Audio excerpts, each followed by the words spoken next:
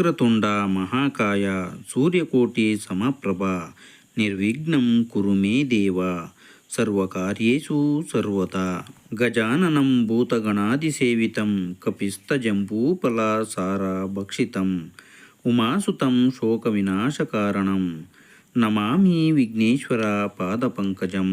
ಸಮಸ್ತ ವೀಕ್ಷಕರಿಗೂ ಸುವರ್ಣ ಇನ್ಸ್ಪೈರ್ ಕನ್ನಡ ಚಾನಲ್ನಿಂದ ನಮಸ್ಕಾರಗಳು.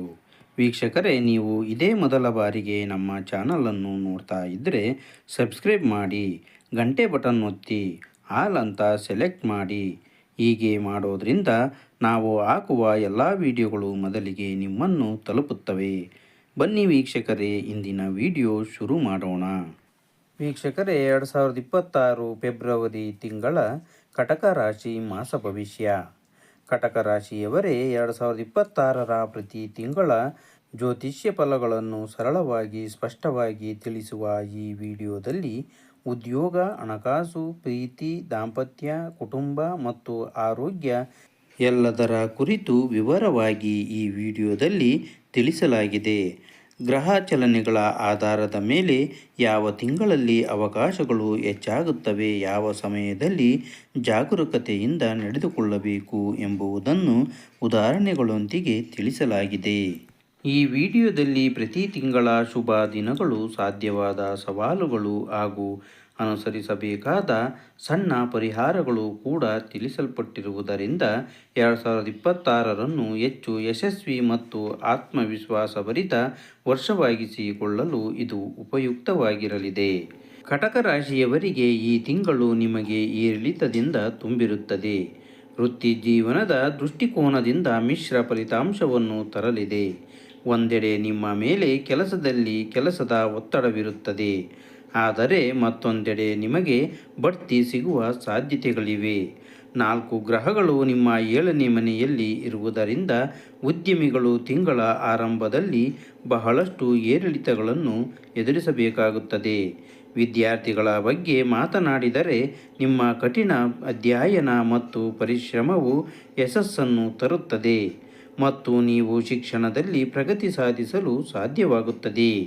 ಈ ತಿಂಗಳು ಕುಟುಂಬದಲ್ಲಿ ಪರಸ್ಪರ ಪ್ರೀತಿ ಉಳಿಯುತ್ತದೆ ಮತ್ತು ಕುಟುಂಬ ಸದಸ್ಯರು ಪರಸ್ಪರ ಪ್ರಾಮುಖ್ಯತೆ ನೀಡುತ್ತಾರೆ. ನೀವು ಯಾರನ್ನಾದರೂ ಪ್ರೀತಿಸುತ್ತಿದ್ದರೆ ಈ ತಿಂಗಳು ನಿಮಗೆ ಸವಾಲಿನದ್ದಾಗಿರುತ್ತದೆ ಮತ್ತು ಪ್ರಯೋಜನಕಾರಿಯಾಗಿರುತ್ತದೆ. ಪ್ರೇಮ ವಿವಾಹದ ಸಾಧ್ಯತೆಗಳಿವೆ. ವಿವಾಹಿತರ ಬಗ್ಗೆ ಹೇಳುವುದಾದರೆ, ನಿಮಗೆ ಒತ್ತಡದ ಕ್ಷಣಗಳು ಇರಬಹುದು. ನಿಮ್ಮ ಆರ್ಥಿಕ ಪರಿಸ್ಥಿತಿಯನ್ನು ನೋಡಿದರೆ ಇದು ನೀವು ಅತ್ಯಂತ ಎಚ್ಚರಿಕೆಯಿಂದ ಮುಂದುವರಿಯಬೇಕಾದ ತಿಂಗಳು. ಆ ಹಣವನ್ನು ತಕ್ಷಣ ಖರ್ಚು ಮಾಡುವ ಬದಲು ನೀವು ಅದನ್ನು ಸರಿಯಾದ ಸ್ಥಳದಲ್ಲಿ ಹೂಡಿಕೆ ಮಾಡುವತ್ತ ಗಮನ ಹರಿಸಿದರೆ ನಿಮಗೆ ಉತ್ತಮವಾಗುತ್ತದೆ. ಈ ತಿಂಗಳು ಆರೋಗ್ಯದ ದೃಷ್ಟಿಯಿಂದ ಸ್ವಲ್ಪ ದುರ್ಬಲವಾಗಿರುವ ಸಾಧ್ಯತೆ ಇದೆ. ಹೊಟ್ಟೆಗೆ ಸಂಬಂಧಿಸಿದ ಸಮಸ್ಯೆಗಳಿಗೆ ಗಮನ ಕೊಡಿ. ಕಟಕ ರಾಶಿಯವರಿಗೆ ಪರಿಹಾರ ಅಂತ ಹೇಳುವುದಾದರೆ, ನೀವು ಪ್ರತಿದಿನ ಶ್ರೀ ಹನುಮಾನ್ ಚಾಲೀಸವನ್ನು ಪಠಿಸಬೇಕು. ವೀಕ್ಷಕರೇ, ಇಲ್ಲಿಯವರೆಗೂ ನಾವು ಕಟಕ ರಾಶಿಯ ಮಾಸ ಭವಿಷ್ಯದ ಬಗ್ಗೆ ತಿಳಿದುಕೊಂಡಿದ್ದೇವೆ. ಈಗ ಫೆಬ್ರವರಿ ತಿಂಗಳ 2026 ಸಿಂಹ ರಾಶಿ ಭವಿಷ್ಯದ ಬಗ್ಗೆ ಸ್ವಲ್ಪ ತಿಳಿಯೋಣ. ಈ ತಿಂಗಳು ನಿಮಗೆ ಏರಿಳಿತದಿಂದ ತುಂಬಿರುತ್ತದೆ. ವೃತ್ತಿ ಜೀವನದ ದೃಷ್ಟಿಕೋನದಿಂದ ಈ ತಿಂಗಳು ನಿಮಗೆ ಸರಾಸರಿಗಿಂತ ಸ್ವಲ್ಪ ಉತ್ತಮವಾಗಿರಲಿದೆ. ಆದಾಗ್ಯೂ ನೀವು ಕೊನೆಯಲ್ಲಿ ವಿಜಯಶಾಲಿಯಾಗುತ್ತೀರಿ. ಆದರೆ ಸಮಯ ವ್ಯರ್ಥ ಮಾಡುವವರಿಗೆ ಮಾನಸಿಕ ಚಿಂತೆಗಳು ಕಾಡಬಹುದು. ವಿದ್ಯಾರ್ಥಿಗಳಿಗೆ ನೀವು ಹಿಂದೆ ಮಾಡಿದ ಕಠಿಣ ಪರಿಶ್ರಮದ ಪ್ರತಿಫಲವನ್ನು ಪಡೆಯುವ ಸಮಯ ಬಂದಿದೆ. ಈ ತಿಂಗಳು ಕುಟುಂಬದಲ್ಲಿ ಉತ್ತಮವಾಗಿರುವ ಸಾಧ್ಯತೆ ಇದೆ, ಆದರೂ ಕೆಲವು ಸವಾಲುಗಳಿಗೆ ಗಮನ ಕೊಡಲೇಬೇಕಾಗುತ್ತದೆ. ಪ್ರೇಮ ಸಂಬಂಧಗಳ ಬಗ್ಗೆ ಮಾತನಾಡುವುದಾದರೆ, ಈ ತಿಂಗಳು ನಿಮಗೆ ಅನುಕೂಲಕರವಾಗಿರುತ್ತದೆ. ಪ್ರೀತಿ ಪಾತ್ರರಿಗೆ ನಿಮ್ಮ ಭಾವನೆಗಳನ್ನು ವ್ಯಕ್ತಪಡಿಸಲು ನಿಮಗೆ ಅವಕಾಶ ಸಿಗುತ್ತದೆ. ಒಂಟಿಯಾಗಿರುವ ಸಿಂಹ ರಾಶಿಯವರಿಗೆ ಇದು ಮದುವೆಗೆ ಸೂಕ್ತ ಸಮಯವಾಗಿರುತ್ತದೆ. ನೀವು ವಿವಾಹಿತರಾಗಿದ್ದರೆ ಗ್ರಹಗಳ ಸ್ಥಾನಗಳು ನಿಮ್ಮಲ್ಲಿ ಸಾಮರಸ್ಯದ ಕೊರತೆ ಮತ್ತು ಹೆಚ್ಚುತ್ತಿರುವ ಕಹಿಯಿಂದಾಗಿ ವೈವಾಹಿಕ ಸಂಬಂಧಗಳು ಕಹಿಯಾಗಬಹುದು ಎಂದು ಹೇಳಲಾಗುತ್ತದೆ. ಆರ್ಥಿಕ ಪರಿಸ್ಥಿತಿಯನ್ನು ನೋಡಿದರೆ ತಿಂಗಳ ಆರಂಭವು ಸ್ವಲ್ಪ ತೊಂದರೆಯಾಗಬಹುದು. ಈ ತಿಂಗಳು ನೀವು ಆರೋಗ್ಯದ ದೃಷ್ಟಿಯಿಂದ ಸ್ವಲ್ಪ ಜಾಗರೂಕರಾಗಿರಬೇಕು. ಏಕೆಂದರೆ ಕೇತು ಇಡೀ ತಿಂಗಳು ನಿಮ್ಮ ರಾಶಿಚಕ್ರದಲ್ಲಿ ಉಳಿಯುತ್ತಾನೆ ಮತ್ತು ರಾಹು ನಿಮ್ಮ 7ನೇ ಮನೆಯಲ್ಲಿರುತ್ತಾನೆ. ಇದು ಮಾನಸಿಕ ದೈಹಿಕ ತೊಂದರೆಗಳನ್ನು ನೀಡಬಹುದು.